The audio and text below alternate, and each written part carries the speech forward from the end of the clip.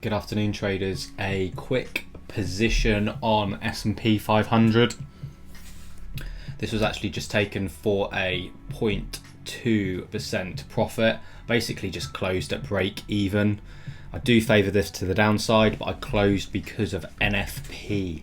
So let's start the analysis on the monthly. Essentially what you can see here is upward sloping trend line, huge breakdown, and we're coming to retest it.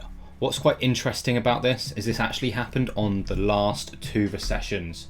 So what we essentially have, get our trend line tool, we can see here, touch, retesting the backside of that trend line, and then the continuation to lower, and then the same here. This one's a little bit more discretionary.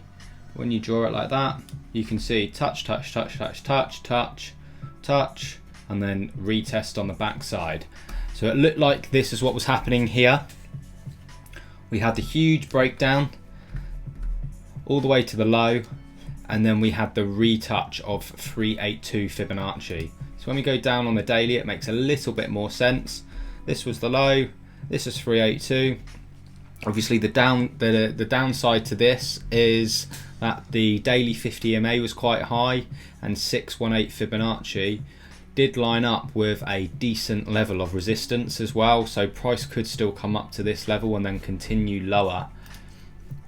I entered this literally here on the breakdown of the 1 hour. So this wasn't actually drawn in at the point of entry, so we basically saw the break and then we saw the breakdown coming down to retest, and then I just saw sort of a continuation lower. Essentially what happened though is price broke down from that 1 hour 50 EMA. The reason why I entered is because we had this engulfing candle which basically showed these three candles as just simply just a fake out really. Stop above the highs here, and I was just targeting recent lows as target 1, 2200, and then my longer term target was actually here.